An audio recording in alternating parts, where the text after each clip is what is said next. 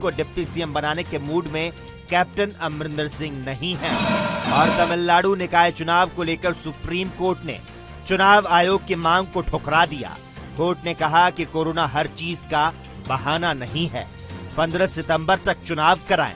दरअसल तमिलनाडु में स्थानीय निकाय चुनाव को लेकर चुनाव आयोग ने कोरोना के मद्देनजर चुनाव टालने की मांग उठाई थी।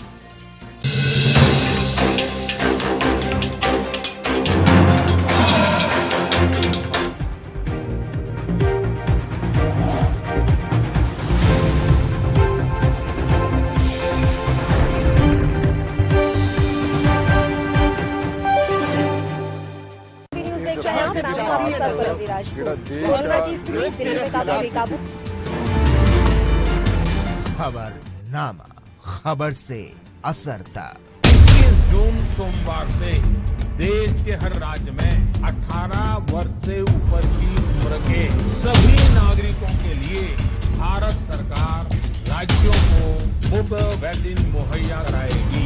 कि देखो बेटा, हमने ये कर दिया, हमने वो कर दिया। ये 1 साल के बाद, 1.5 साल के बाद जब कोविड को हिंदुस्तान ने हरा दिया, तब आप ये अभी टाइम नहीं है।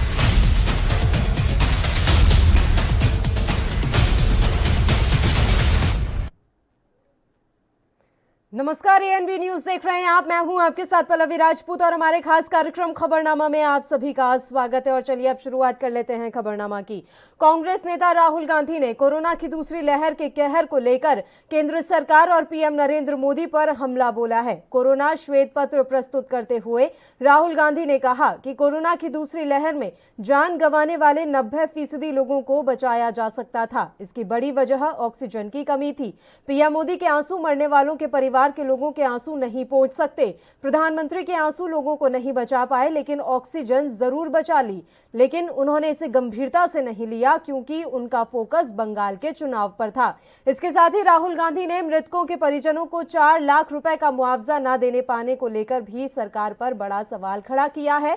राहुल गांधी ने केंद्र सरकार पर कई मुद्दों को लेकर आज निशाना साधा। उन्होंने पेट्रोल और डीजल की कीमतों में इजाफा करके 4 लाख करोड़ रुपए कमाने का आरोप लगाया है। साथ ही उन्होंने कहा है कि ऐसे में अकेले कमाऊ सदस्यों को खोने वाले परिवारों को कुछ राहत सरकार को जरूर देनी चाहिए। कोरोना संकट को लेकर अक्सर सरकार की आलोचना करने वाले राहुल गांधी ने यह कहा कि उनकी ओर से पेश किया गया श्वेत पत्र कोरोना की तीसरी लहर की आशंका से निपटने के लिए एक ब्लूप्रिंट भी है। राहुल गांधी ने कहा कि यदि हम नहीं चेते और पहले से तैयारी नहीं की तो फिर कोरोना की तीसरी लहर देश के लिए विनाशकारी साबित हो सकती है।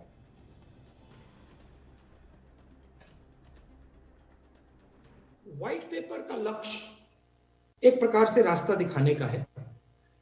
हमने 4 मेन पॉइंट्स निकाले हैं। पहला पॉइंट जो मैंने बोला, जो तीसरी वेव आने वाली है उसकी तैयारी, oxygen, hospital beds, critical infrastructure, दवाइयां, इन चीजों का आज प्रिपरेशन कि जब थर्ड वेव आए हिंदुस्तान के हर शहर में अस्पताल, गांव में जो सपोर्ट की जरूरत है वो सब तैयार मिले। जिन लोगों को ऑक्सीजन की जरूरत हो उनको आसानी से ऑक्सीजन मिल जाए और बिना कोई कारण डेथ ना हो।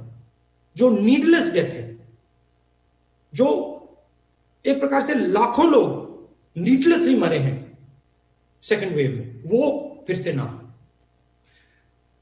दूसरा पॉइंट, कोविड सिर्फ बायोलॉजिकल बीमारी नहीं है, कोविड इकोनॉमिक सोशल बीमारी है। और इसलिए हमने सरकार को सबसे गरीब लोगों को,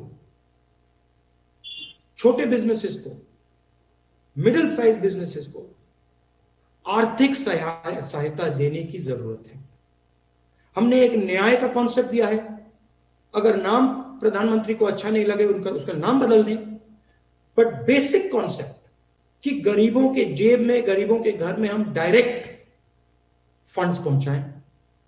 और चौथा जो हमारा पिलर है कि एक कोविड कॉम्पेंसेशन फंड बनाया जाए। मगर मेरा मेन पॉइंट यह है कि कांग्रेस पार्टी के पास, बाकी ऑपोजिशन के पास, एक्सपर्ट्स के पास, डॉक्टर्स के पास, साइंटिस्ट के पास इंफॉर्मेशन है, समझ है, अंडरस्टैंडिंग है, उसका प्रयोग कीजिए, लोगों की बात सुनिए। मनमोहन सिंह जी ने आपसे वैक्सीनेशन पर सुझाव दिए थे, आपने उनका मजाक उड़ाया, आपने अपने मंत्री से उन पे अटैक करवाया, और फिर 2 महीने बाद जो उन्होंने कहा आपने करना पड़ा। जो हमने पहले आपसे कहा था कि सेंट्रलाइज तरीके से आप नहीं कर सकते हो, आपने मजाक उड़ाया, फिर 2-3 महीने बाद आपने उस बात को एक्सेप्ट किया। तो ओपन माइंडेड तरीके से यह काम करना है, क्लोज माइंडेड तरीके से काम नहीं करना है, और जो गलतियां हुई हैं उनको एक्सेप्ट करना है, करना पड़ेगा, क्योंकि उनको एक्सेप्ट करने के बाद ही हम सही रास्ते पे चल पड़ेंगे। चल देखिए, 2 तरीकों की कोविड डेथ्स होती हैं। एक कोविड डेथ होती है नीडलेस डेथ, मतलब ये नहीं होनी चाहिए थी, इस व्यक्ति को आसानी से बचाया जा सकता था मगर उसको नहीं बचाया गया। और दूसरी डेथ होती है जिस व्यक्ति के पास बहुत सीरियस कोमोर्बिडिटीज होती हैं, जो बहुत बुजुर्ग होते हैं, जिनको बचाना मुश्किल होता है। हिंदुस्तान में सेकंड वेव में 90% लोग जो मरे हैं नीडलेसली मरे हैं। और मैंने बहुत सारे डॉक्टर्स से बात की है और उनका यूनिवर्सली कहना है कि अगर आप नीडलेस डेथ को देखें, जो लोग जिनको मरना नहीं चाहिए था, जिनको सपोर्ट मिल जाता तो नहीं मरते, उसका सबसे बड़ा कारण ऑक्सीजन लिमिटेशन, कि हम उनको सही टाइम पे ऑक्सीजन नहीं दे पाए। वो जानता हूं जिनके परिवार में उनके माता, उनके पिता, उनके भाई, उनके बहनों की मृत्यु हुई, कारण ऑक्सीजन नहीं दे पाए। इस देश में ऑक्सीजन की कोई कमी नहीं है, जितने ऑक्सीजन की जरूरत यह देश प्रोड्यूस करके दे सकता है। तो जो नीडलेस डेथ्स हुई हैं, प्राइम मिनिस्टर के आंसू उन परिवारों के आंसू को नहीं मिटा पाएंगे। वो सब परिवार जानते हैं कि जो मेरे परिवार का व्यक्ति, मेरे माता, मेरे पिता, मेरे भाई, मेरी बहन, जब वो मरे, वहां प्रधानमंत्री नहीं थे। प्रधानमंत्री के आंसू ने उनको नहीं बचाया, मगर ऑक्सीजन जरूर बचा सकता था। मंत्री ने इस बात को सीरियसली नहीं लिया। चुनाव लड़ रहे थे, बंगाल में चुनाव लड़ रहे थे, और उनका फोकस दूसरी ओर था। तो ये तो पूरा देश जानता है।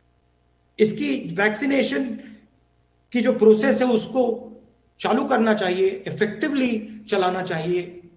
और ये जो डिक्लेरेशन ऑफ विक्ट्री होती है कि देखो भैया हमने ये कर दिया, हमने वो कर दिया, ये 1 साल के बाद, 1.5 साल के बाद जब कोविड को हिंदुस्तान ने हरा दिया हो, तब आप बोलिए।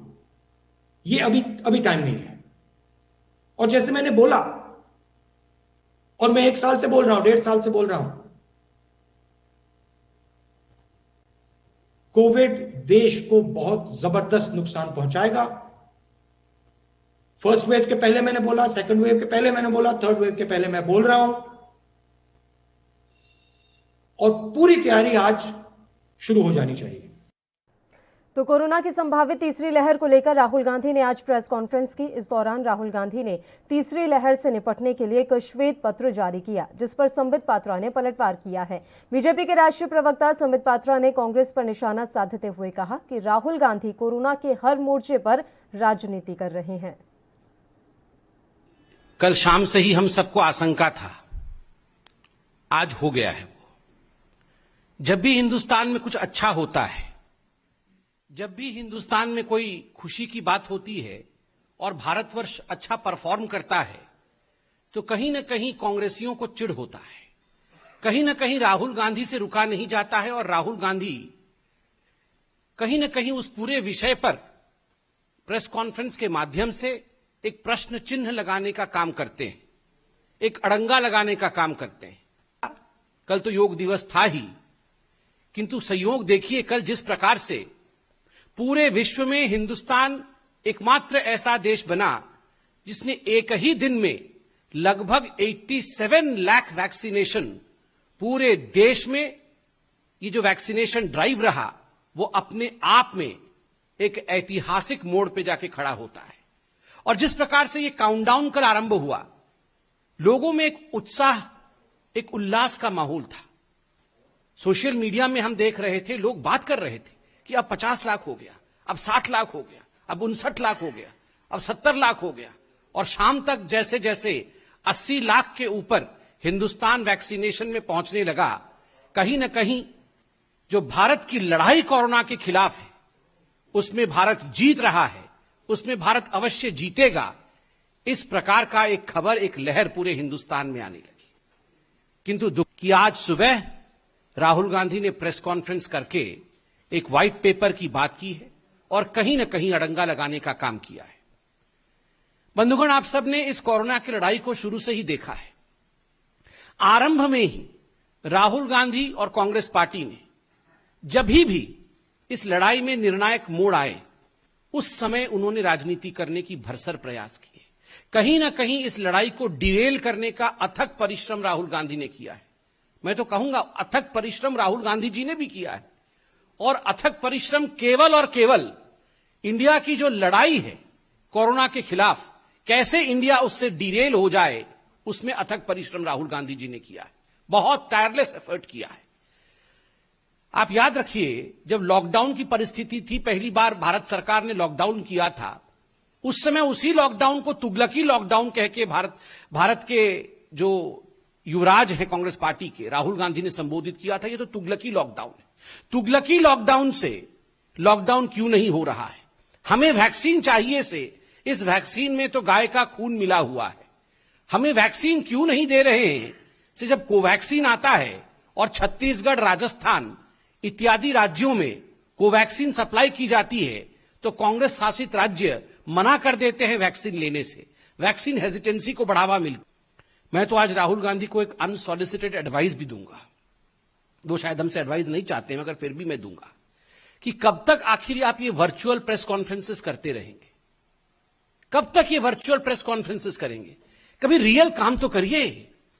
कभी कांग्रेस शासित राज्यों में जाइए और वहां किस प्रकार की परिस्थिति है, वहां कैसे वैक्सीन प्रॉफिटियरिंग हो रहा है पंजाब में, वहां किस प्रकार से वैक्सीन वेस्टेज हो रहा है राजस्थान में, किस प्रकार से वैक्सीनेशन सही तरीके से नहीं हो रहा है छत्तीसगढ़ में।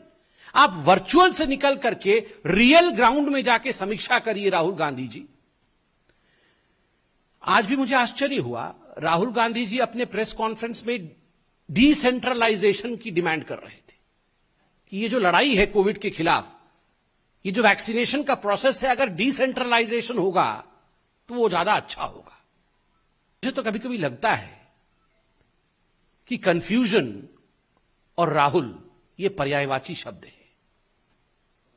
Confusion is thy name. Rahul Gandhi ji का नाम ही कंफ्यूजन है। He is Confucius Gandhi. हमेशा कंफ्यूजन में होना चाहिए, नहीं होना चाहिए, वैक्सीन लेना है, नहीं लेना है, लॉकडाउन करना है, नहीं करना है। हर विषय को लेकर एक कंफ्यूजन की स्थिति को उन्होंने उत्पन्न करने का काम किया है, राजनीति करने का काम। आज उन्होंने व्हाइट पेपर के बारे में कहा है कि एक व्हाइट पेपर वो जारी कर रहे हैं और कुछ बिंदु उन्होंने कहा है। बंधुगण, हम भी एक व्हाइट पेपर लेकर आए हैं। ये हकीकत है जो आज आपके सामने हम बयां करने वाले हैं। मैं कुछ सवाल पूछूंगा और उसका उत्तर भी मैं ही दूंगा, क्योंकि हम जानते हैं कि ये उसका उत्तर राहुल जी नहीं देंगे। सवाल नंबर 1, ये जो सेकेंड वेव हुआ है ये कहां से शुरू हुआ? कांग्रेस शासित राज्य से शुरू हुआ। किन राज्यों में सेकेंड वेव का सबसे बड़ा असर पड़ा और सर्वाधिक प्रतिशत केसेस किन राज्यों में हुए? उत्तर, कांग्रेस शासित राज्यों में हुए। सर्वाधिक मृत्यु किन राज्यों में हुए सेकेंड वेव के कारण? उत्तर, कांग्रेस शासित राज्यों में हुए। चौथा प्रश्न, किन राज्यों में वैक्सीन को लेकर हाहाकार मचा? किन राज्यों ने कोवैक्सीन से इनकार किया और उसके कारण वैक्सीन हेजिटेंसी हुआ? उत्तर, कांग्रेस शासित राज्य। इस बुलेटिन में इसी तरीके से चर्चा जारी रहेगी। एक छोटे से ब्रेक के लिए हम यहाँ रुक रहे हैं। आप देखते रहिए एएनबी न्यूज।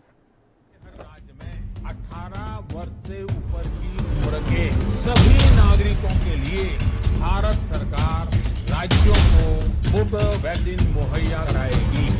महामारी तो बचण दा इक्को तरीका है, टीकाकरण। विश्व भर ਦੇ ਮਾਹਿਰਾਂ ਦਾ ਕਹਿਣਾ ਹੈ ਕਿ ਜੇ ਮਹਾਮਾਰੀ ਨੂੰ ਖਤਮ ਕਰਨਾ ਹੈ ਤਾਂ ਇਸ ਦਾ ਇੱਕੋ ਅਹਿਮ ਤਰੀਕਾ ਹੈ ਜਿਸ ਵਿੱਚ ਵੱਧ ਤੋਂ ਵੱਧ ਲੋਕਾਂ ਨੂੰ ਟੀਕਾ ਲਗਾਇਆ ਜਾਵੇ। ਇਹ ਵਾਇਰਸ ਨੂੰ ਘਰ ਮਿਲਣ ਤੋਂ ਰੋਕਦਾ ਹੈ ਅਤੇ ਆਮ ਜਨਤਾ ਦੇ ਵਿੱਚ ਫੈਲਣ ਤੋਂ ਰੋਕਦਾ ਹੈ, ਜਿਸ ਨਾਲ ਹਰਡ ਇਮਿਊਨਿਟੀ ਨੂੰ ਹਾਸਲ ਕੀਤਾ ਜਾ ਸਕਦਾ ਹੈ। ਮਾਹਿਰਾਂ ਦਾ ਕਹਿਣਾ ਹੈ ਕਿ ਹਰਡ ਇਮਿਊਨਿਟੀ ਥ੍ਰੈਸ਼ੋਲਡ ਸਿਰਫ ਟੀਕਾਕਰਨ ਦੀ ਦਰ ਜ਼ਿਆਦਾ ਹੋਣ ਨਾਲ ਪ੍ਰਾਪਤ ਹੋਵੇਗੀ ਅਤੇ ਸਿਰਫ ਇਸ ਦੇ ਨਾਲ ਹੀ ਅਸੀਂ ਆਮ ਜ਼ਿੰਦਗੀ ਵੱਲ ਵੱਧ ਸਕਦੇ ਹਾਂ। ਜ਼ਿਆਦਾਤਰ ਆਬਾਦੀ, ਜਿਸ ਦੇ ਵਿੱਚ ਤਕਰੀਬਨ 60-70% ਲੋਕ ਹੁਣ ਹਰਡ ਇਮਿਊਨਿਟੀ ਬਿਮਾਰੀ ਦੇ ਸੰਪਰਕ ਵਿੱਚ ਆਉਣ ਨਾਲ ਜਾਂ ਤਾਂ ਟੀਕਾ ਲਗਵਾਉਣ ਕਰਕੇ ਹਾਸਲ ਕਰ ਸਕਦੇ ਹਨ। ਟੀਕਾਕਰਨ ਮੁਹਿੰਮ ਨੂੰ ਚੁਣੌਤੀ ਦੇਣ ਵਾਲੇ ਕੁਝ ਕਾਰਕ ਹਨ। ਟੀਕਾ ਲਗਵਾਉਣ ਵਿੱਚ ਹਿਚਕਚਾਹਟ, ਨਵੇਂ ਵੇਰੀਐਂਟ ਦਾ ਆਉਣਾ ਅਤੇ ਬੱਚਿਆਂ ਦੇ ਲਈ ਟੀਕਾਕਰਨ ਮੁਹਿੰਮ ਵਿੱਚ ਦੇਰੀ ਹੋਣਾ ਹੈ। ਭਾਰਤ ਦੇ ਵਿੱਚ ਹੁਣ 3 ਟੀਕਿਆਂ ਨੂੰ ਮਾਨਤਾ ਮਿਲ ਚੁੱਕੀ ਹੈ ਅਤੇ ਬਹੁਤਿਆਂ ਨੂੰ ਜਲਦੀ ਹੀ ਮਾਨਤਾ ਮਿਲ ਜਾਵੇਗੀ। ਕੋਵਿਸ਼ੀਲਡ, ਜਿਹੜੀ ਕਿ ਐਸਟਰਾਜ਼ੈਨੇਕਾ ਵੈਕਸੀਨ ਹੈ, ਭਾਰਤ ਦੇ ਸੀਰਮ ਇੰਸਟੀਚਿਊਟ ਦੁਆਰਾ ਬਣਾਈ ਗਈ ਹੈ। ਕੋਵਿਸ਼ੀਲਡ ਇੱਕ ਵਾਇਰਲ ਵੈਕਟਰ ਵੈਕਸੀਨ ਹੈ ਜੋ ਸਪਾइक प्रोटीन RNA ਨੂੰ ਟ੍ਰਾਂਸਫਰ ਕਰਦਾ ਹੈ,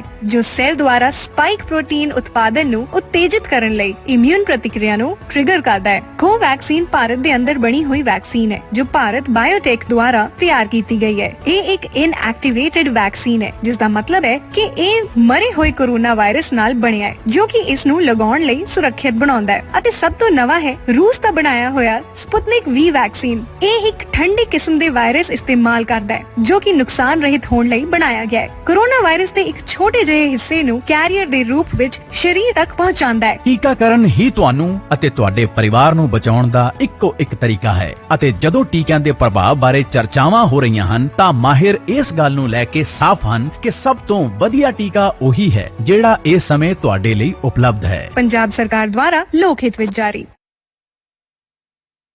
21 जून सोमवार से देश के हर राज्य में 18 वर्ष से ऊपर की उम्र के सभी नागरिकों के लिए भारत सरकार राज्यों को मुफ्त वैक्सीन मुहैया कराएगी।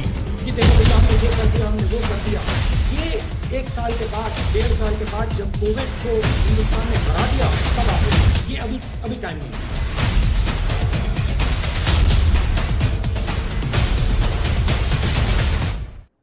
ब्रेक के बाद एक बार फिर से खबरनामा में आप सभी का स्वागत है। राहुल गांधी ने आज प्रेस कॉन्फ्रेंस की और उन्होंने तमाम मसलों पर अपनी राय रखी है। साथ ही उन्होंने सरकार को कुछ सुझाव भी दिए हैं। श्वेत पत्र के माध्यम से ये सुझाव दिए गए, जिसके बाद संबित पात्रा ने प्रेस कॉन्फ्रेंस की और उन्होंने वैक्सीनेशन को लेकर अपनी सफाई पेश की है।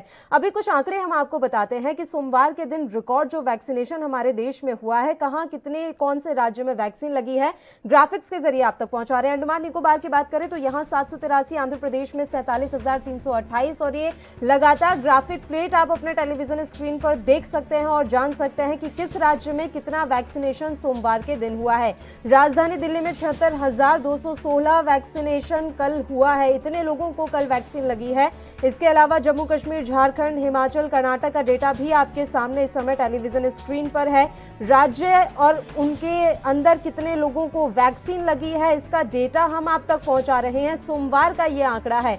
महाराष्ट्र की बात कर ले तो यहाँ 37,000 से ज्यादा लोगों को कल वैक्सीन लगी है। मिजोरम में भी बहुत रिकॉर्ड स्तर पर वैक्सीन लगाई गई है। ओडिशा में 2,80,106 लोगों को कल यानी सोमवार के दिन रिकॉर्ड वैक्सीन लगी है। राजस्थान में रिकॉर्ड 4,30,439 लोगों को वैक्सीन लगाई गई है और ऐसा ही लगभग आंकड़ा जो है तमिलनाडु का भी रहा। उत्तर प्रदेश में 6 लाख से ज्यादा लोगों को वैक्सीन लगी। पश्चिम बंगाल में 3 लाख से ज्यादा लोगों को वैक्सीन लगाई गई है। दमन एंड दीव में जो है 4,374 लोगों को वैक्सीन लगाई गई है। तो जो टोटल आंकड़ा बैठ रहा है वो लगभग 80 लाख से ज्यादा का बैठ रहा है। 81 लाख के आसपास कल लोगों को वैक्सीन लगी है, जो कि अपने आप में एक रिकॉर्ड है। राज्य दर राज्य ये आंकड़ा एएनबी न्यूज ग्राफिक्स के माध्यम से आप तक पहुंचा रहा है। बिहार में कल 4 लाख से ज्यादा लोगों को वैक्सीन लगाई गई है। गुजरात में 5 लाख से ज्यादा लोगों को वैक्सीन लगी है। हरियाणा में भी 4 लाख से ज्यादा की यह आंकड़ा है। दिल्ली में भी काफी लोगों को कल वैक्सीन लगी है। कर्नाटक में तो 10 लाख से ज्यादा लोगों को कल यानी कि सोमवार को वैक्सीन लगाई गई है। आपको बता दें कि प्रधानमंत्री नरेंद्र मोदी ने पहले ही ऐलान कर दिया था कि 21 जून से रिकॉर्ड स्तर पर वैक्सीनेशन का कार्यक्रम शुरू होगा और इसी के चलते सोमवार को एक नया जो आंकड़ा है वो हम सबके सामने आया है।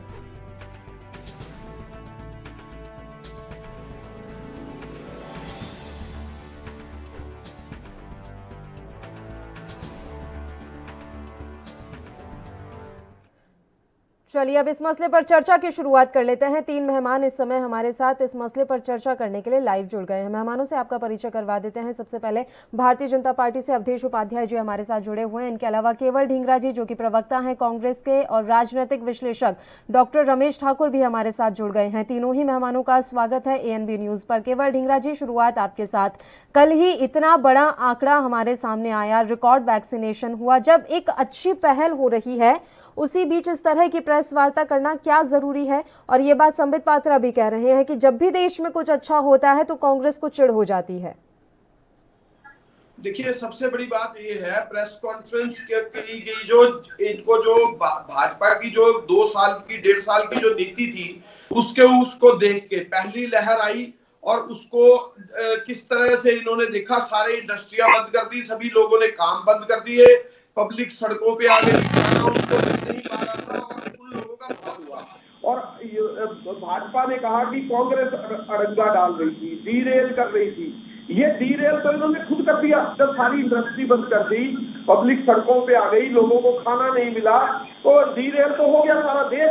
और डीरेल किसकी सरकार थी उस समय? भारतीय जनता पार्टी की, नरेंद्र मोदी की सरकार थी, जिन्होंने सारे देश को डीरेल किया, आर्थिक स्थिति को खत्म कर दिया, डीरेल कर दिया। आप ये देखें, आज मेडिसिन जो जिसकी बात आप कर रहे थे, वो वैक्सीनेशन आई कब? कितनी लेट वैक्सीनेशन के ऑर्डर दिए गए, जब 50 से 60% दूसरे देशों के अंदर मेडिसिन लग गई तो इंडिया ने मेडिसिन लगने के ऑर्डर दिए। सिर्फ ऑर्डर देने की बात कर रहे हैं हम।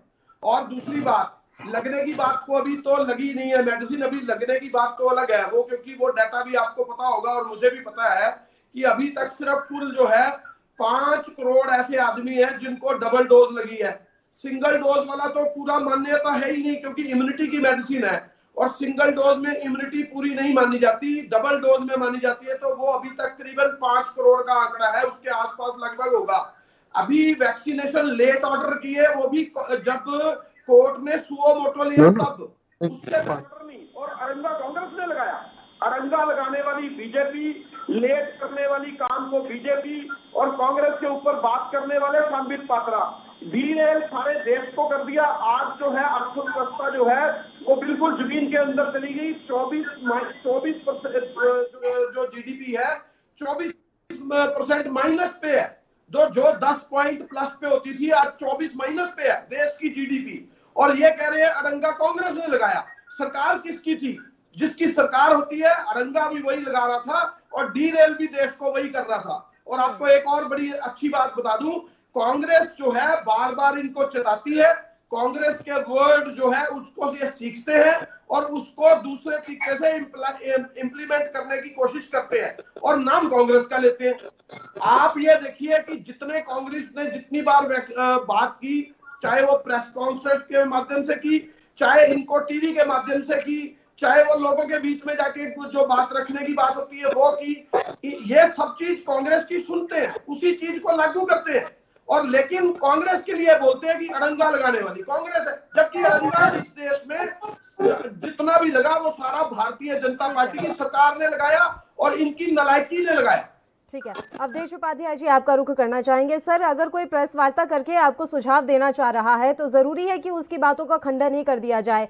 कोई सुझाव दे रहा है तो सुन लीजिए, क्या पता कोई अच्छा सुझाव ही निकल कर आ जाएगा। और वो कह क्या रहे हैं, यही तो कह रहे हैं कि आप तीसरी लहर के लिए अभी से तैयार रहिए। इसके अलावा उन्होंने ऑक्सीजन की उपलब्धता पर बात कर ली। इसके अलावा जो कोरोना से लोग मारे गए हैं उनके परिवारों को मदद की उन्होंने बात की है। तो अच्छी बातें ही तो की है। इसमें संबित पात्रा को तुरंत प्रेस कॉन्फ्रेंस करने की कहां जरूरत पड़ गई? आप इतना इफेक्टिव कैसे हो जाते हैं, ये समझ में नहीं आता। एक तरफ आप राहुल गांधी को कुछ मानते नहीं है, कहते हैं कि उन्हें कोई गंभीरता से नहीं लेता, और दूसरी तरफ उनकी प्रेस वार्ता खत्म नहीं होती और आप तुरंत प्रेस वार्ता करने बैठ जाते हैं।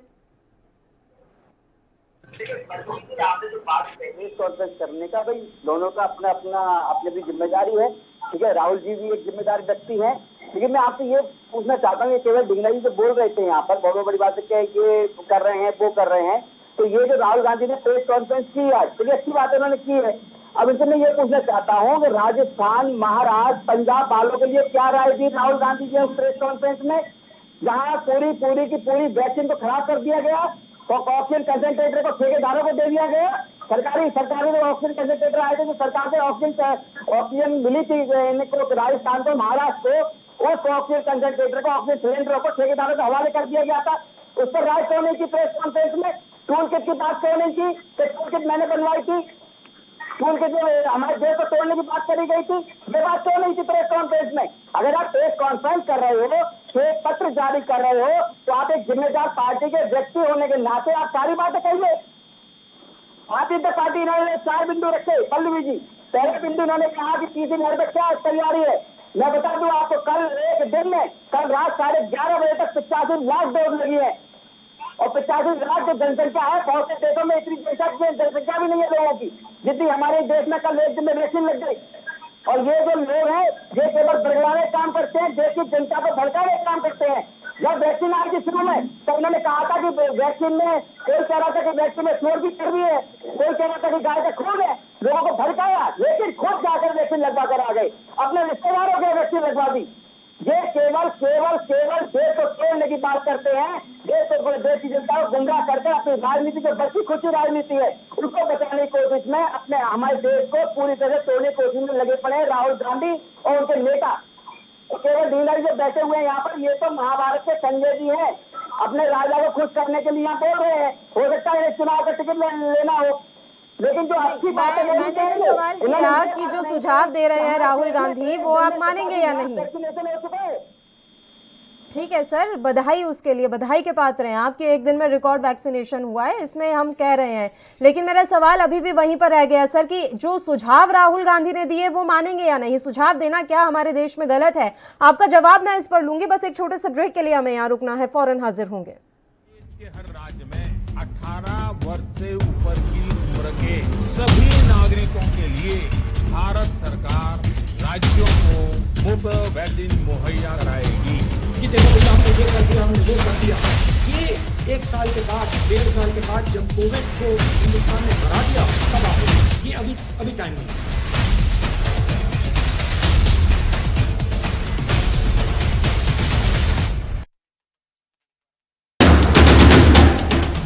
राष्ट्र धर्म, रात 8 बजे सिर्फ ANB न्यूज पर। रूरल कोरोना वॉलंटियर्स कह के एक 7 ਬੰਦਿਆਂ ਦਾ ਗਰੁੱਪ ਹਰ ਪਿੰਡ ਦੇ ਵਿੱਚ ਬਣਾਇਆ ਜਾਏ। ਉਹ 7 ਮੈਂਬਰ ਦਾ ਗਰੁੱਪ ਆਪਣੇ ਪਿੰਡਾਂ ਦੇ ਵਿੱਚ ਘੁੰਮੇ ਔਰ ਇਹਦੇ ਵਿੱਚ ਉਹਨਾਂ ਨੂੰ ਐਮਫਸਾਈਜ਼ ਕਰਨਾ ਚਾਹੀਦਾ ਹੈ, ਟੈਸਟ ਕਰੋ जैसे मैं ਤੁਹਾਨੂੰ ਦੱਸਿਆ।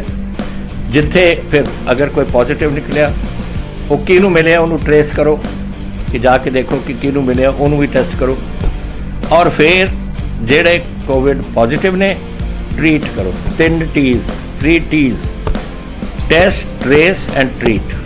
ये चीज़ां अब अगर आप कर सकिए तो तुसी देखो ये अपने पिंड और मोहल्ले कंट्रोल आ सकती है।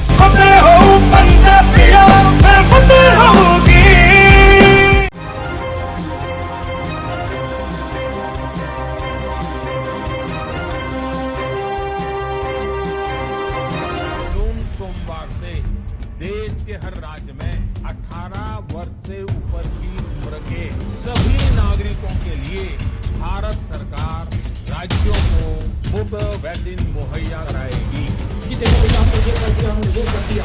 ये 1 साल के बाद, 1.5 साल के बाद जब कोविड को हिंदुस्तान ने हरा दिया, तब आप ये अभी टाइम नहीं।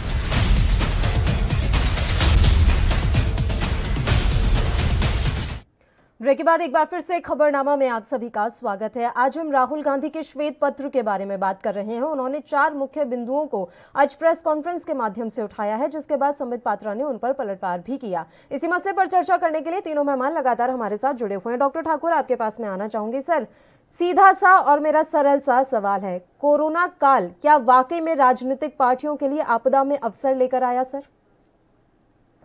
देखिए पल्ली, इसमें कह तो सकते हो कि इसमें कई लोगों ने फायदा उठाया, चाहे पक्ष के हो चाहे विपक्ष के हो, और इसमें जो रोकथाम करनी चाहिए थी, जो सुझाव देने चाहिए, तो मुझे लग रहा दोनों पहलुओं पे ना पक्ष की सब तरफ से कोई ऐसी बात आई, ना विपक्ष की तरफ से उसमें कोई ऐसा एडमिट किया।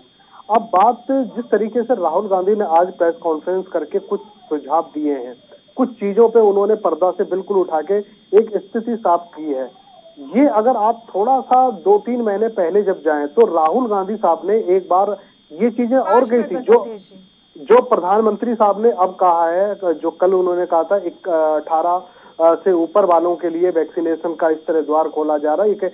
ये मुझे लग रहा सुझाव पहले भी जा चुके थे कि एक राष्ट्र नीति बननी चाहिए, उसमें कोई ऐसी बाध्यता ना हो, कोई पंजीकरण करे, ये उसी को वैक्सीन लगेगी। अब आपके साथ में क्या हुआ, जब आपके पास प्रोडक्शन खत्म हो जाता है, पहले आपके पास 28 दिन का पीरियड होता था ड्यूरेशन का, जब प्रोडक्शन आपके पास खत्म हो जाता, कम हो जाता, फिर आपने ड्यूरेशन बढ़ा के 84 दिन कर दे। ओवरऑल मुझे लग रहा है इससे अगर आप सही से अगर चीजों को देखें तो भ्रम की स्थिति तो रही है वैक्सीनेशन के लिए। अब अगर आप दूसरे देशों से अगर तुलना करो कि उसके मुकाबले हम कहाँ पे खड़े हैं, भारत कहाँ पे खड़ा हुआ है। अमेरिका ने जब से उनके पास फाइजर आई है, कमोबेश जब हमारे पास कोविशील्ड वगैरह जब भी वैक्सीन हमारे पास आई है, उसके पैरेलल भी वहां पे भी उन्होंने वैक्सीन किया था। लेकिन जिस हिसाब से उन्होंने अपने फाइजर को अपने जनता को लगाने की एक युद्ध स्तर पे उन्होंने किया, आज कई जगह न्यूयॉर्क में और कई ऐसी जगहों पे वहां पे तो मास्क लगाने की अनिवार्यता को खत्म कर दिया। तो मुझे लग रहा है इसमें हम लोग पिछड़े हैं, ये बात मानना पड़ेगा। और दूसरी बात ये बता रहा हूँ, अभी बीजेपी के हमारे मित्र अवधेश भाई कह रहे थे कि चलो उन्होंने एक बात बहुत अच्छी मानी कि राहुल गांधी समझदार व्यक्ति हैं। हालांकि इनके नेताओं ने आज तक नहीं माना। अभी संबित पात्रा ने भी कहा कि वो कंफ्यूज व्यक्ति हैं, वो कंफ्यूज में रहते हैं, ये दुनिया भर की बातें रहती हैं। मुझे लग रहा है जब ऐसे कोई पगलौती व्यक्ति होता है या कंफ्यूज व्यक्ति होता है, वो प्रेस कॉन्फ्रेंस करता है, किसी बड़े मुद्दे पे करता है, आप इग्नोर कर दो, छोड़ो उनकी बातों को, कुल इतने संज्ञान आप लेते हो। हमने ये 7-8 सालों में ये प्रॉपर्टी देखी है। इससे पहले तक जो सरकारें हुआ करती थी, इतने बड़े मुद्दे के लिए कि एक सर्वदलीय बैठक होती थी और सब लोगों से राय ली जाती थी, बड़े नेताओं से राय ली जाती थी। पोलियो जब आया, पोलियो का वैक्सीनेशन जब हुआ, तो उस समय क्या हुआ, सारे के सारे दूसरे दलों के नेताओं के साथ में एक नीति बनाई गई, एक मशवरा किया गया कि इसको हम पोलियो की ड्रॉप कैसे हम लोग पिलाए, लोगों बच्चों को पिलाएं। उसका देखो नतीजा आज ये बिल्कुल खत्म हो गया। तो मुझे लग रहा है आप ये सब करने के बजाय, आप कोई अगर प्रेस कॉन्फ्रेंस अगर कोई विपक्षी नेता करता है, दंड से आप उसका खंडन करते, ज्वाइंडर आप देते हो, ये नहीं करो। आप समझो उन्होंने क्या कहा, किन मुद्दों पे उन्होंने बात करी। अगर उन मुद्दों पे अगर आपको कटाक्ष करना है तो पेपरों के साथ आओ कि राहुल गांधी जी ने ये कहा, ये हमने ये कर दिया, ये उन्होंने कहा, ये हम आगे करेंगे। तो ये मुझे लग रहा है एटीट्यूड हमें अपनाना चाहिए, सरकारों को अपनाना चाहिए। ये इस तरह का जो एटीट्यूड है, इंटेलेक्चुअल जो एटीट्यूड है, वो बिल्कुल खत्म हो चुका। अब सामने वाले ने हमें गाली दे दी, हमने दो उसको सामने वाले को गाली दे दी। तो ये प्रपार्टी से हमें बाहर आना चाहिए। जब आप सरकार चलाते हो तो आपके ऊपर जन समूह का और जनता का बहुत इतना भार होता है। आपको कोई व्यक्ति अगर गलत राय दे या सही राय दे, आप उसके ऊपर गौर मत करो। आपको जो करना है आप पेपर पे आके करो, एक बुद्धिमत्ता के साथ में आके काम करो। मुझे लग रहा है यहाँ जो कोऑर्डिनेशन एक होना चाहिए स्टेट गवर्नमेंट के साथ में या विपक्षी दलों के नेताओं के साथ में, जो कोऑर्डिनेशन होना चाहिए, वो पल्लवी मुझे लग रहा है वो कहीं ना कहीं ऐसा हो नहीं पा रहा है जो होना चाहिए। बिल्कुल, बताइए अवधेश जी।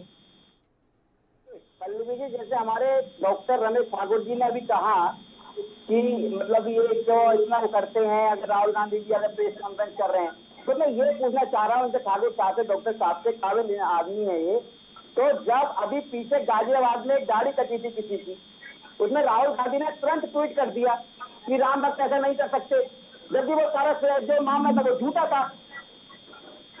तो उसका भी तो जवाब दीजिए आप। ऐसे लोगों के सुझाव कौन मानेगा?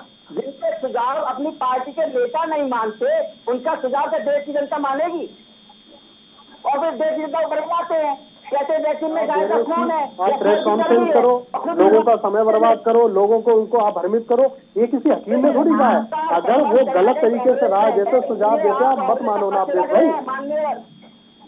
आप कहीं ना कहीं कांग्रेस जुड़े हुए हैं, इसलिए कांग्रेस पक्ष लग रहे हैं। लेकिन मैं बता दूं आपको, कांग्रेस का दिक्कत यही है, एक्चुअली आप लोगों के साथ में दिक्कत यही उपाध्याय जी राजनीतिक विश्लेषक है वो दोनों की बात कह रहे हैं। दिक्कत यही है, ऐसा नहीं है कि वो कांग्रेस का पक्ष रख रहे। कांग्रेस का पक्ष रखने के लिए तो ढींगरा जी बैठे हुए हैं। कांग्रेस का पक्ष रखने के लिए ढींगरा जी बैठे हुए हैं सर। पार्टी का पक्ष नहीं रखते राजनीतिक विश्लेषक। एक्चुअली दिक्कत आप लोगों के साथ में यही है, यही दिक्कत है। इसमें हम नहीं बताएंगे, सबको बताएं, सबको पता है। जो 4 सुझाव दिए हैं, आप उनमें से एक सुझाव बता दीजिए कि उसमें क्या काम नहीं कर रही भारतीय जनता पार्टी। नहीं, उन्होंने आज फिर से अपने श्वेत पत्र में दूसरा सुझाव यही दिया है कि गरीबों और छोटे व्यवसायियों को आपको कैश पहुंचाना पड़ेगा, आपको उन्हें देना पड़ेगा। आपने नहीं माना ना, वो तो ये बात कब से कह रहे हैं सर। 80 करोड़ गरीबों के लिए अन्न पूरा दिया जा रहा है। अरे सर, अन्न और कैश में कुछ तो अंतर होता होगा, वही तो मैं आपको बोल रही हूँ। अन्न आप दे रहे हैं, बहुत अच्छी बात है। जो गरीबों का पैसा जमाई को लौटा दे, जमाई के खाते में डाल दे। अब आप पर्सनल अटैक पर आ जाइए सर, आप पर्सनल अटैक पर आ जाइए सर। यही तो बात है, जब कोई तर्कसंगत बात बनती नहीं है तो आप इटली पहुंच जाते हैं, आप जमाई राजा पर पहुंच जाते हैं। कहां से ये बातें बीच में आ गई? हम पॉइंट टू पॉइंट बात कर रहे हैं, गरीबों को पैसा देने के बारे में हम बात कर रहे हैं, तो उस पर रहिए ना सर। उसमें जमाई और इटली क्या करेगा? अच्छा, मैं यही तो पूछ रहा हूँ ना, ये जो बात करे इन्होंने, तो दूसरा पॉइंट लिखा था पल्लवी जी कि गरीबों और छोटे व्यापारियों की आर्थिक मदद करे, तो कौन सी मदद नहीं कर रहे भारतीय जनता पार्टी? आप बताइए मुझे। गरीबों को जो है पूरा राशन दिया जा रहा है दीपावली तक, ताकि उनका कुछ खर्चा पानी चल सके इस चीज से। बिल्कुल बिल्कुल, कुछ कहना चाह रहे हैं केवल ढींगरा जी, एक बार उनकी भी प्रतिक्रिया ले लेते हैं। पल्लवी जी, आप मुझे बताइए कि गरीबों को जो अन्न दिया जा रहा है। मैं बताऊंगी सर, मैं तुरंत लौटूंगी आपके पास, मैं आपको बताऊंगी क्या मदद दी जा रही है और क्या और मदद देने की आवश्यकता है, ये मैं आपको बताऊंगी। बस एक बार केवल ढींगरा जी कुछ कहना चाह रहे हैं, वो काफी देर से बोल ले रहे हैं, तो एक बार मैं उनके पास चली जाती हूँ, उनकी प्रतिक्रिया ले लेती हूँ। और केवल ढींगरा जी, एक मैं अपना भी सवाल इसमें ऐड कर दूंगी, आप रिएक्शन तो दें। उससे पहले ये कि आपने कहा कि लॉकडाउन लगा दिया, अर्थव्यवस्था खत्म कर दी, अभी जब केंद्र ने राज्यों के हाथों में चाबी सौंप दी कि आप अपने हिसाब से देख लीजिए, तो फिर से यहाँ पे कांग्रेस के नेता कहते हुए नजर आए थे कि नहीं, पूरे देश में केंद्र को लॉकडाउन लगाना चाहिए था, क्योंकि यहाँ पर अब हालात खराब हो गए हैं, दूसरी लहर बहुत ही ज्यादा प्रभावी उस समय हो गई थी। तब आपको ये लग रहा था कि केंद्र को लॉकडाउन लगा देना चाहिए। एक ही मसले पर दो अलग अलग राय अलग अलग टाइम पर कैसे हो जाती है? मेरा सवाल यहीं पर बरकरार रहेगा। बस हम आपको एक यहाँ जानकारी दे दें कि कल रिकॉर्ड वैक्सीनेशन हुआ है और उसको लेकर तमाम तरह की प्रतिक्रियाएं भी आ रही हैं, और हम उम्मीद यही कर रहे हैं कि ये वैक्सीनेशन इसी तरीके से चलता रहे। ये अहम जानकारी, आज भी वैक्सीनेशन केंद्र पर काफी भीड़ देखने को मिली है। चलिए सर, मैं आपके पास आना चाहूंगी, ढींगरा जी। बात ये है, राहुल गांधी जी ने भाजपा को चिताने के लिए प्रेस कॉन्फ्रेंस की है, समझाने के लिए प्रेस कॉन्फ्रेंस की है, ना कि कोई इनके खिलाफ कोई हम कार्रवाई कर रहे हैं। ये सरकार में है और इनकी सरकार इस समय जो है देश के अंदर काम कर रही है। राहुल गांधी जी की प्रेस कॉन्फ्रेंस का मतलब तीसरी लहर के ऊपर, कार्रवाई के ऊपर है, और इन्होंने उस बात को समझने की बजाय, अवधेश जी बहुत ज्यादा बोल रहे हैं, बीजेपी के प्रवक्ता हैं, तो ये थोड़ी है कि आप बात किसी की सुनोगे नहीं। हम विपक्ष में बैठे हैं, और सुन लीजिए एक करके उपाध्याय जी, एक करके सर, गुस्सा नहीं करना चाहिए। आपको बता रहा हूं कि जो तीसरी लहर के ऊपर राहुल गांधी जी ने बात रखी, वो समझाने के लिए भी रखी, चेताने के लिए भी रखी। आप समझो ना समझो वो आपके हाथ में है, आपकी सरकार है, जो मर्जी करो।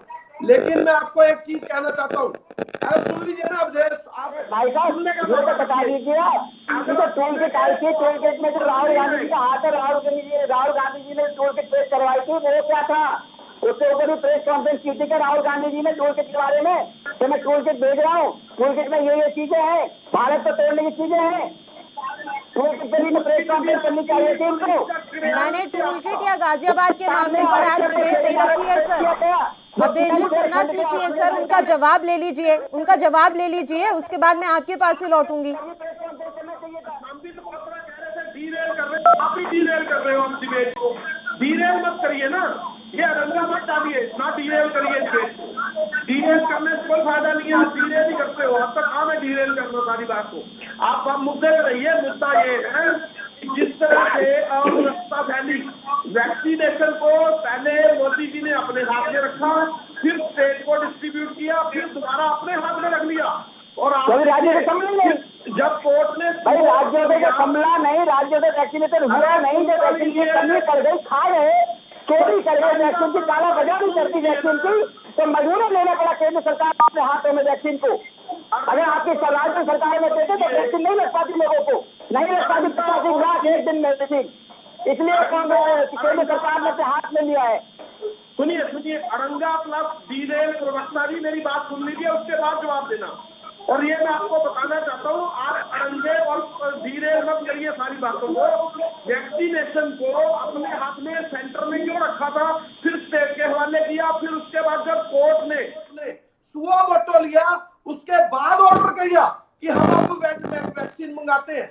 इंडिया आज सारी कंट्रियों से पीछे क्यों है वैक्सीनेशन के मामले में, इसका जवाब देने है नहीं आपके पास। दूसरी बात, आज जो राहुल गांधी जी ने प्रेस कॉन्फ्रेंस की है, उसमें ये कहा गया है कि आप जो है ऑक्सीजन का पूरी मात्रा में सिस्टम चाहिए, वेंटिलेटर को प्रॉपर रखिए, तीसरी लहर आ सकती है, और उस तीसरी लहर के लिए बेड का इंतजाम होना चाहिए, मेडिसिन का इंतजाम होना चाहिए, और जो रामदेव की टर है वो बंद कीजिए। ये रामदेव जी आपको और आप भी रामदेव के, वो टर बंद कीजिए। उन्हीं डॉक्टरों ने जो है कोरोना के जो पेशेंट थे उन लोगों का इलाज किया। आप जो टर भी एक तरफ जारी रखवा रहे हो और उनके ऊपर कोई कार्रवाई भी नहीं कर रहे, ऐसे रामदेव छोड़ रखे हैं जो अरंगा और डीरेल भारत को कर रहे हैं। और आपको एक और बात बताता हूँ, भारत इस समय बहुत बड़ी गर्त में है, -24% GDP में है, और इस समय सारी फैक्ट्रियां बंद हो चुकी हैं, लोग सड़कों के ऊपर है, उनके पास खाने को पैसा नहीं है। 24 करोड़ लोग ऐसे हैं जिनके पास 91 रुपए पर डे की इनकम नहीं है, और वो लोग भूख से आत्महत्या करने लग रहे हैं। ये डीरेल कर दिया देश को। जब लोग आत्महत्या करने लग जाए तो देश डीरेल हो जाता है, देश अरंगे में आ जाता है। जो भारतीय जनता पार्टी ने लगाया अरंगा देश के साथ, ये देश के साथ जो लोगों के साथ अरंगा आप लोगों ने लगाया है, ये उसी का ही वो हो रहा है देश के साथ। और आप लोगों ने देश का जो भत्ता बिठाना है बिठा लिया। अब राहुल गांधी जी को सुनिए और उनकी प्रेस कॉन्फ्रेंस की बात अच्छे से सुनिए, और उसको अच्छे से तीसरी लहर के ऊपर ऑक्सीजन बेड का, वेंटिलेटर का, मेडिसिन का, और बेडों को और हॉस्पिटल को बढ़ाने का काम कीजिए, नहीं तो तीसरी लहर और लोगों को खा जाएगी भारत के अंदर। बताइए, डीरेल मत कीजिए, अरंगा मत डालिए आप लोग। बिल्कुल बताइए अवधेश उपाध्याय जी। आवाज मिल रही है अवधेश जी आपको? अवधेश उपाध्याय जी, मेरी आवाज पहुंच रही है आप तक? अवधेश जी तक मेरी आवाज नहीं पहुंच पा रही। एक बार फिर से उनकी फोन लाइन पैच करवा लेते हैं। तब तक डॉक्टर रमेश ठाकुर मैं आपके पास आना चाहूंगी। सर, बात तो सीधी सी यही है ना कि अभी हम देख रहे हैं कि तू मैमा का दौर ही लगातार जारी है, तो मतलब खुद की राजनीति चमकाने की कोशिश हो रही है, ऐसा मान लें? एक्चुअली पल्लवी जी है क्या, जो मुद्दों के साथ में ये लोग और तर्क पे बात नहीं करते बीजेपी के, क्योंकि मुद्दे कई सारे ऐसे हैं जिनको इनको जवाब देना चाहिए। अब राहुल गांधी ने तीसरा सवाल ये करा है कि आप हमें ये बताओ तीसरी लहर के लिए आपकी तैयारियां क्या है। तीसरी लहर के लिए आपके वेट्स, ऑक्सीजन, ये तमाम सारे इंस्ट्रूमेंट जिससे हम तीसरी लहर से लड़ सके, ये चीजें आप बताओ। अगर आपको बताना था तो बिंदुवार तरीके से आपके चाहे संबित पात्रा हो या प्रधानमंत्री कोई भी, आप उनको एक आइडेंटिफाई करके सबको बिंदुवार तरीके से बता दो, वो आपने नहीं बताई। मुझे लग रहा अगर इस तरीके से आप सारी चीजें जनता को बताते तो जनता को, हम आप जैसे आम लोगों को एक सेटिस्फैक्शन मिलता और एक जो डर है वो कम से कम निकलता। ये कम से कम ये होता कि नहीं, तीसरी लहर अगर खुदा न खास्ता आ भी जाती है तो उससे हम हमारे बच्चे बच सकते हैं। तो ऐसा आप लोगों ने नहीं बताया। अब क्या जो विपक्ष सवाल उठाता है, जब आपकी नाकामियां कुछ रहती है, करते तो हो, लेकिन वो कहते हैं ना, जब उस चिड़िया चुग गई खेल फिर पछताने से क्या हो, सब बाद में करते हो आप। अब ये वैक्सीनेशन का जिस तरीके से दायरा आपने बढ़ाया 80-85 का आप बता रहे हो कि कल से स्टार्ट हुआ है, ये आप पहले भी कर सकते थे, ये आप पहले भी किया जा सकता था, लेकिन आप लोगों ने ऐसा नहीं किया। क्यों नहीं करा, इसका तो आप जवाब दो। वो जवाब आप नहीं देते हो। जब कोई आपसे जवाब मांगता है, सवाल आपसे करता है, तो आपकी ये समझो एक खुजली होने लगती है आपको, क्योंकि किसने सवाल क्यों करा। इसका मतलब ये है आप बुद्धिजीवी लोग हो, आपके अलावा कोई दूसरा कोई आपको ज्ञान दे ही नहीं सकता। सरकार 3-4 लोग चला रहे हैं, यहाँ ये भी टूट जाता है ना डॉक्टर ठाकुर, 1 मई से शुरू किया गया था वैक्सीनेशन का अभियान कि ठीक है अब 18+ वालों को लगाई जाएगी। उपलब्धता उस समय इतनी नहीं हो पाई तो बड़ा रेंग रेंग कर वो अभियान चला। और दूसरी बात यह है कि अगर आप सवाल उठा रहे हैं, आप सलाह दे रहे हैं, तो आप कहीं ना कहीं लोगों को भी तो प्रोत्साहित कर सकते हैं वैक्सीनेशन के लिए। उसके लिए आपकी जुबान से कभी कुछ नहीं निकला। आपके राज्यों में इतनी वैक्सीन बर्बाद हुई, उसके लिए आपकी जुबान से कुछ नहीं निकला। तो फिर सवाल इन पर खड़े कैसे ना हो, इनकी नियत और नीति पर सवाल कैसे खड़े ना हो, ये भी तो यहाँ पर गौर करने वाली बात है। सवाल मेरा बरकरार रहेगा। बस एक छोटे से ब्रेक के लिए हम यहाँ रुक रहे हैं, फौरन हाजिर होंगे। हर राज्य में 18 वर्ष से ऊपर की उम्र के सभी नागरिकों के लिए भारत सरकार राज्यों को मुफ्त वैक्सीन मुहैया कराएगी। कि देखो बेटा, हमने ये कर दिया, हमने वो कर दिया। ये 1 साल के बाद, 1.5 साल के बाद जब कोविड को हिंदुस्तान ने हरा दिया, तब आप ये अभी टाइम नहीं।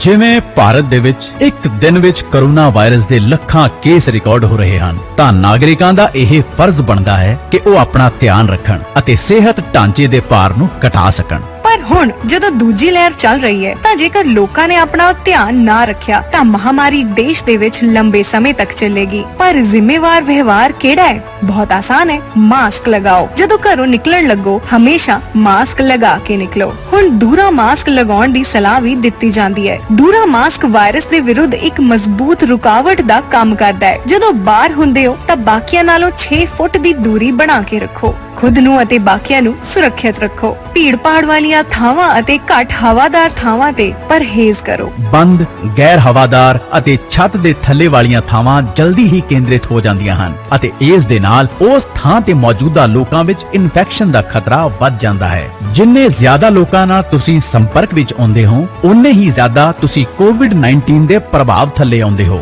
ਘਰ ਰਹੋ, ਸੁਰੱਖਿਅਤ ਰਹੋ।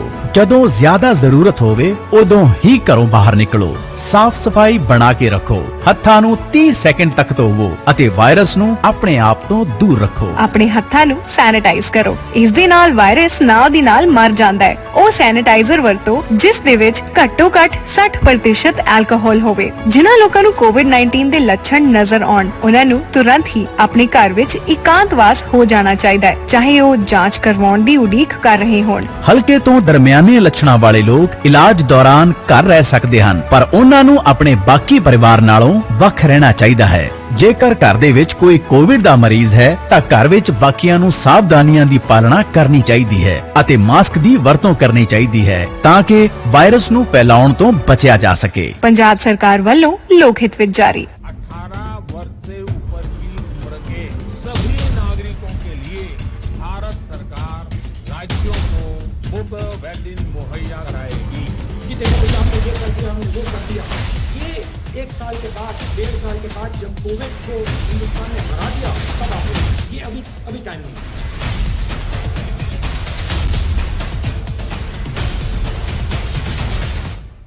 ब्रेक के बाद एक बार फिर से आप सभी का स्वागत है। बिना वक्त जाया किए सीधे मेहमानों का रुख कर लेते हैं। अवधेश उपाध्याय जी, राहुल गांधी कह रहे हैं कि जब कोरोना का काल चला जाए, पूरी तरीके से स्थितियां सामान्य हो जाएं, तब आप वाहवाही लूट लीजिएगा, अभी काम कर लीजिए। जी पल्लवी जी, बिल्कुल मैं कह रहा हूँ कि केवल ढूंढाई बात चली तो मेरा डिस्कनेक्ट हो गया था फोन, तो उनकी बात का जवाब दे दूं। उन्होंने एक बात कहा था कि आज भारत जो है वैक्सीनेशन में पीछे है। इनसे पूछिए जरा आंकड़ा दिखाइए, कौन सा आंकड़ा है इनके पास तो भारत पीछे बता रहे हैं वैक्सीनेशन में। आज भारत सबसे नंबर 1 आ गया, सबसे आगे है वैक्सीनेशन पर। एक दिन में 85 लाख वैक्सीन लगी है हमारे देश में, जो कि बहुत से देशों की इतनी जनसंख्या भी नहीं है। बताइए केवल ढींगराज का आपका कोई आंकड़ा है ऐसा? भारत, आप बताइए कि भारत पीछे वैक्सीनेशन में। दूसरा आपने बोला था कि केंद्र सरकार वैक्सीनेशन क्यों लगवा रही है, तो मैं बता दूं आपको, जब ये कोरोना शुरू हुआ था सेकंड वेव, तो कहां से शुरू हुआ था? वो भी केंद्र शासित राज्य में शुरू हुआ था। सबसे ज्यादा लोग मरे कहा, वो भी केंद्र शासित राज्य में मरे। वैक्सीनेशन की कालाबाजारी भी कहा हुई, वो भी आप सब जानते हैं। केंद्र जो आपके जो कांग्रेस आदि राज्य है उसमें भी, ठीक है, जो पीएम केयर फंड से वेंटिलेटर दिए गए उनको ठेकेदारों को बेच दिया गया। कहाँ जहाँ आपकी कांग्रेस की सरकार थी। तो भैया मजबूरन केंद्र सरकार ने वैक्सीन अपने हाथ में ली है ताकि आप लोग देश की जनता के साथ दुर्व्यवहार न कर सकें, उनके साथ दोहरा चरित्र न अपना सके, सिखा सके उनको, सब लोगों को बराबर तरीके से वैक्सीन लग सके। जिस तरह से आपके लोगों ने देश की जनता को भड़काया वैक्सीन लगवाने में कि वैक्सीन में गाय का खून है, कोई कह रहा था कि छोर की चर्बी है मत लगवाना, उसी वजह से केंद्र सरकार ने वैक्सीनेशन अपने हाथ में ली है। और उसका कारण ये है कि एक दिन में 85 लाख वैक्सीन हमारे देश में लगी है। और बात है राय की, कि राय में सुझाव दिया था हमारे ठाकुर साहब कह रहे थे अभी, तो भैया सरकार ने तो हमें स्वागत किया है, आप राय तो दीजिए, लेकिन राय कम से कम राय होनी चाहिए, ये नहीं होनी चाहिए कि भड़काओ उस राय से देश की जनता को। राय होती कौन सी है, इनकी राय नेता नहीं मानते। कौन सा सुझाव देना चाहते राहुल गांधी जी? 4 पॉइंट पे इन्होंने बात की है श्वेत पत्र पर, चारों बात कर लीजिए, मुझसे अगर समय हो तो मैं बता दूं आपको। ये केवल कांग्रेस जो है देश की जनता को भड़काना चाहती है, बदलाना चाहती है अपनी राजनीति करने के लिए। अभी जो थोड़ी और राजनीति बची है वो अपनी चलती रहे उसी तरह से।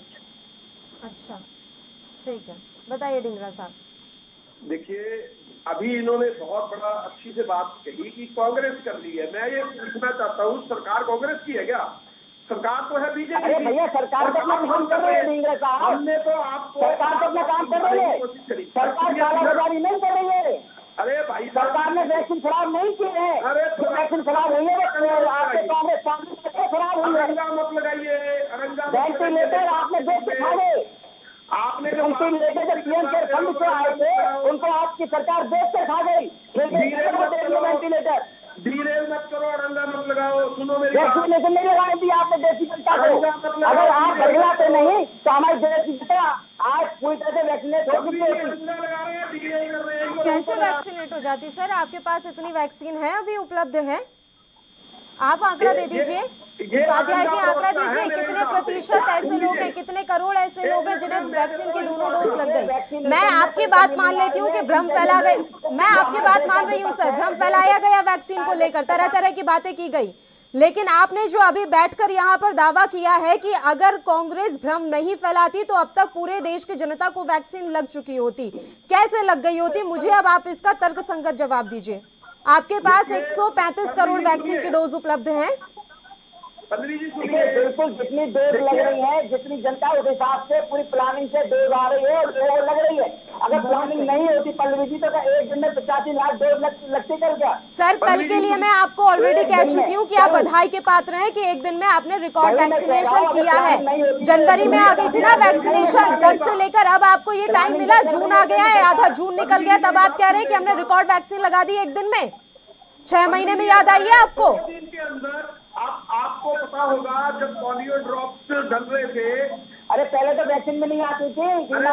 ठीक है, अभी सुन लीजिए, केवल ढींगरा जी को सुन लीजिए, केवल ढींगरा जी का जवाब ले लीजिए। उपाध्याय जी मैं रिक्वेस्ट कर रही हूँ sir, please Avadhesh ji please एक बार उनकी बात कंप्लीट हो जाने दीजिए। उपाध्याय जी रिक्वेस्ट कर रही हूँ मैं आपसे, प्लीज सर प्लीज बताइए। ऐसा है, देखिए पल्लवी जी मैं आपको एक बात कहना चाह रहा हूँ, अगर 2 दिन के अंदर पोलियो ड्रॉप 2 दिन के अंदर 17 करोड़ दी जा सकती है। हेलो, आवाज आ रही है, बताइए केवल जी। पल्लवी जी अगर 2 दिन के अंदर पोलियो ड्रॉप 17 करोड़ लोगों को दी जा सकती है, 2 दिन के अंदर, मात्र 2 दिन के अंदर पोलियो ड्रॉप 17 करोड़ लोगों को दी जा सकती है, तो ये 85 लाख का रोना रो रहे हैं। मैं आपको ये कहना चाह रहा हूं 2 दिन के अंदर 17 करोड़ लोगों को पोलियो ड्रॉप्स दी गई उस समय, और ये 85 लाख की बात कर रहे हैं। सुओ मोटो लिया गया तब मेडिसिन खरीदने की बात आई, मेडिसिन ही नहीं खरीदी। ये ऐसी सरकार है जिन्होंने वैक्सीन खरीदने के लिए स्टेट को जिम्मेवार बना दिया। उसके बाद स्टेट वैक्सीन खरीद नहीं सकती थी क्योंकि उनके पास कोई गारंटर नहीं था। सुन लीजिए अरंगा प्रवक्ता जी, सुन लीजिए, आपको समझा रहा हूं। आपने जो गलतियां करी है ना देश के साथ, आपने जो देश को जो अरंगा लगाया है, उसी की बात बता रहा हूं। ऐसा है। एक सेकंड। कुमार जी, जो देश को आपने अड़ंगा लगाया, मैं वही बता रहा हूँ कि जो देश को अड़ंगा इस तरीके से लगाया कि वैक्सीन को स्टेटों के हवाले कर दिया और उसके बाद उनको बोला तुम खरीदो। और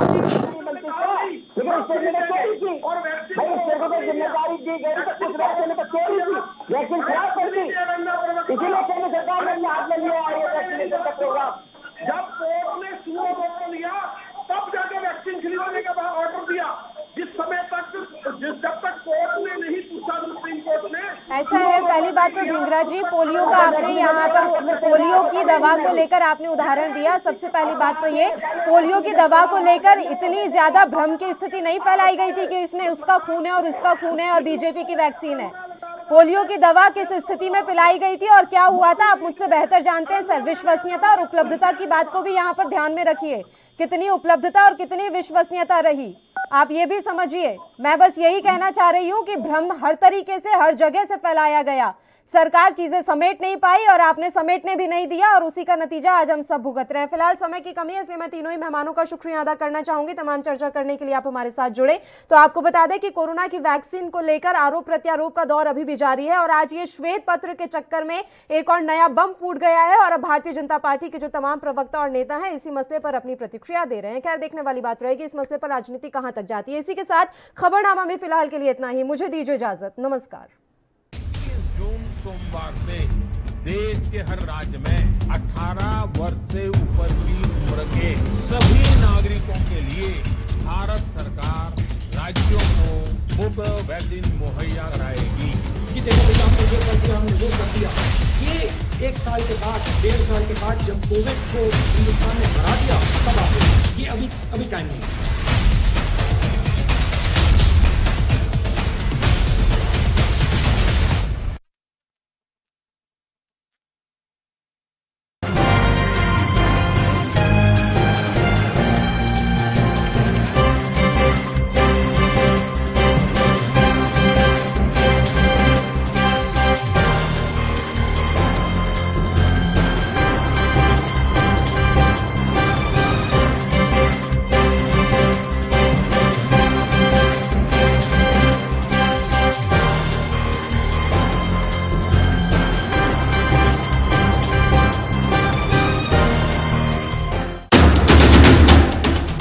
राष्ट्र धर्म, रात 8 बजे सिर्फ ANB न्यूज पर। ਫਤਿਹ ਕਿਟ ਦਿੱਤੇ ਨੇ ਕਿ ਤੁਹਾਨੂੰ ਕਿਤੇ ਜਾਣ ਦੀ ਲੋੜ ਨਹੀਂ। ਅਗਰ ਤੁਸੀਂ ਪੋਜ਼ਿਟਿਵ ਹੋ, ਸਟੇਜ 1 ਦੇ ਵਿੱਚ ਹੋ, ਲੈਵਲ 1 ਦੇ ਵਿੱਚ ਹੋ, ਆਪਣੇ ਘਰ ਜਾਓ, ਫਤਿਹ ਕਿਟ ਤੁਹਾਨੂੰ ਮਿਲ ਜੂਗਾ। ਬਿਮਾਰੀ ਦਾ ਕੀ ਦਵਾਈ ਲੈਣੀ ਹੈ, कैसे ਲੈਣੀ ਹੈ, ਸਾਰਾ ਕਾਗਜ਼ ਵਿੱਚ ਹੈ। ਕੋਈ ਬੰਦਾ ਆਊਗਾ ਜਿਹੜਾ ਤੁਹਾਨੂੰ ਦੇਊਗਾ ਔਰ ਉਹ ਸਮਝਾਊਗਾ ਵੀ ਤੁਹਾਨੂੰ, ਉਹ ਤੁਸੀਂ ਲਓ।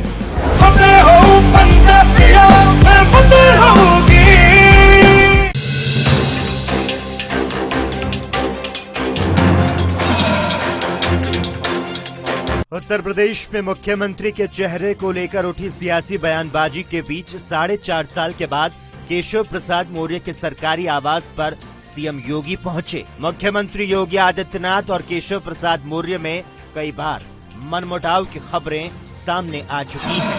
बीजेपी की अनदेखी से आहत हुए चिराग पासवान ने कहा कि परिवार ने मेरी पीठ में छुरा घोंपा तो बीजेपी ने मझधार में छोड़ दिया। चिराग पासवान ने बीजेपी के शीर्ष नेतृत्व को याद दिलाते हुए कहा कि बिहार में जब नीतीश कुमार ने उनका साथ छोड़ दिया तब उनकी पार्टी मजबूती के साथ एनडीए के साथ खड़ी थी। प्रधानमंत्री नरेंद्र मोदी के साथ बैठक से पहले वपकार गठबंधन ने रणनीति बनाई। इधर जम्मू कश्मीर की पूर्व सीएम महबूबा मुफ्ती ने फिर से पाकिस्तान का राग छेड़ा। उन्होंने कहा कि सरकार को पाक से भी बात करनी चाहिए। उधर उनके इस बयान को लेकर बीजेपी ने उन्हें घेरा। पंजाब के सीएम कैप्टन अमरिंदर सिंह और खड़गे पैनल में बैठक हुई। बैठक में नवजोत सिंह सिद्धू के मीडिया में दिए बयानों से नाखुश कैप्टन अमरिंदर सिंह नाखुश दिखाई दिए। सूत्रों का दावा है कि सिद्धू को डिप्टी सीएम बनाने के मूड में कैप्टन अमरिंदर सिंह नहीं है। और तमिलनाडु निकाय चुनाव को लेकर सुप्रीम कोर्ट ने चुनाव आयोग की मांग को ठुकरा दिया। कोर्ट ने कहा कि कोरोना हर चीज का बहाना नहीं है। 15 सितंबर तक चुनाव कराएं। दरअसल तमिलनाडु में स्थानीय निकाय चुनाव को लेकर चुनाव आयोग ने कोरोना के मद्देनजर चुनाव टालने की मांग उठाई थी।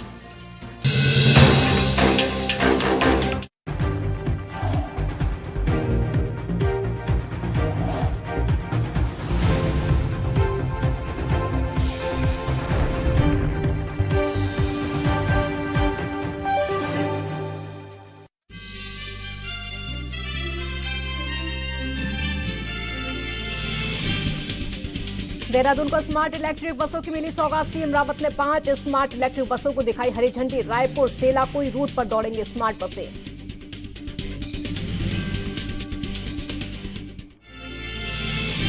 सीएम तीरथ रावत ने ली अधिकारियों की बैठक। Rishikesh Karnaprayag rail line project पर की चर्चा। 2024 तक रेल लाइन निर्माण को पूरा करने का लक्ष्य।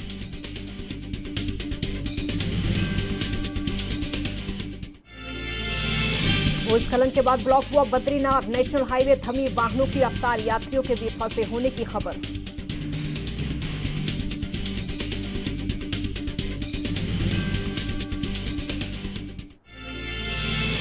बावन दिन के बाद फिर पर्यटकों से गुलजार हुई टिहरी झील। लोगों ने जमकर उठाया बोटिंग का लुत्फ। कोरोना के कारण बंद पड़ी थी झील।